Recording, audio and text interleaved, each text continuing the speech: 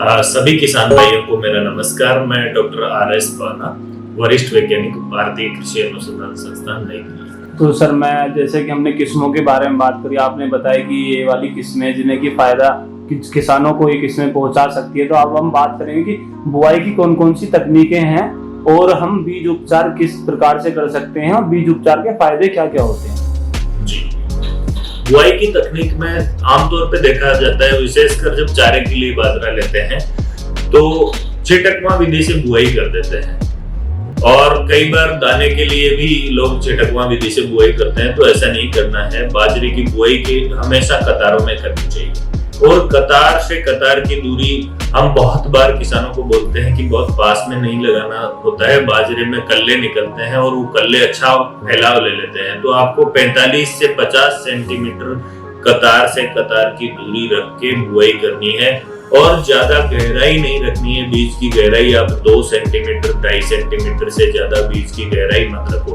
बहुत गहराई पे बीज जाने से अंकुरण विपरीत रूप से प्रभावित होता है और किसानों को लगता है कि हमारे बीज में कुछ समस्या थी।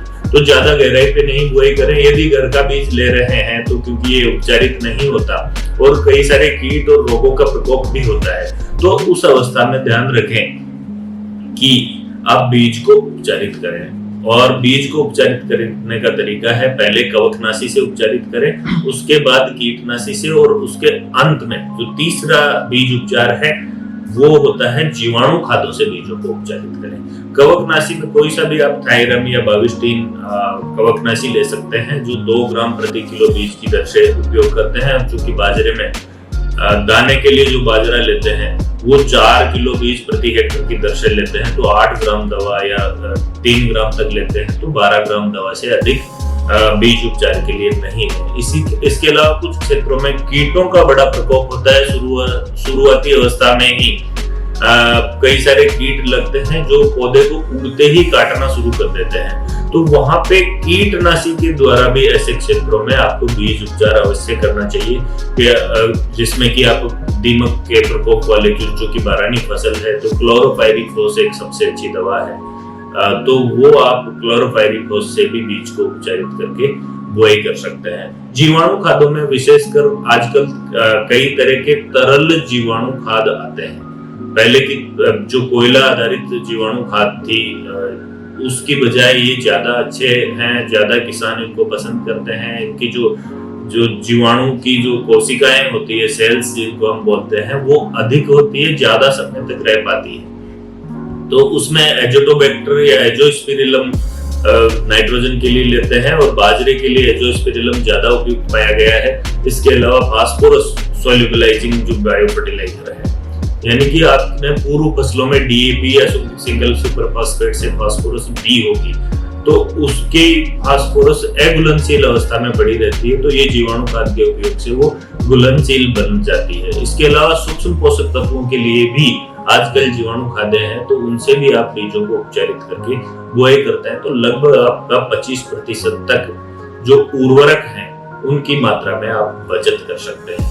बुआई से पूर्व एक चीज और ध्यान रखने की मैं यहाँ बताना चाहूंगा, वो ये है कि आप जिन क्षेत्रों में ज्यादा विशेषकर सफेद लट या अन्य जो कीट हैं उनका प्रकोप अधिक होता है, तो उस अवस्था में 20 से 25 किलोग्राम फोरेट 10% ग्रेन्यूल्स आप बुआई से पूर्व डाल दें, और उर्वरकों का भी प्रयोग करें। बुआई से 2 से 3 सप्ताह पहले या 4 सप्ताह पहले आप गोबर की खाद या कंपोस्ट खेतों में डाल देते हैं, तो वो ज्यादा अच्छे से काम करती है। और कंपोस्ट या जो गोबर की खाद है वो भली प्रकार से सड़ी हुई हो। कोशिश करो कि 5 से 10 टन प्रति हेक्टेयर यदि संभव हो तो डालें। यदि नहीं भी संभव है तो हर दूसरे या तीसरे साल गोबर की खाद अवश्य डालनी चाहिए, ताकि खेतों की उर्वरा शक्ति और जो जैव रासायनिक संरचना है मृदा की, वो ज्यादा अच्छे से बनी रहती है, दीर्घकालिक बनी रहती है। आप मिट्टी की जांच कराएं और उसके अनुसार ही पोषक तत्वों का प्रयोग करें।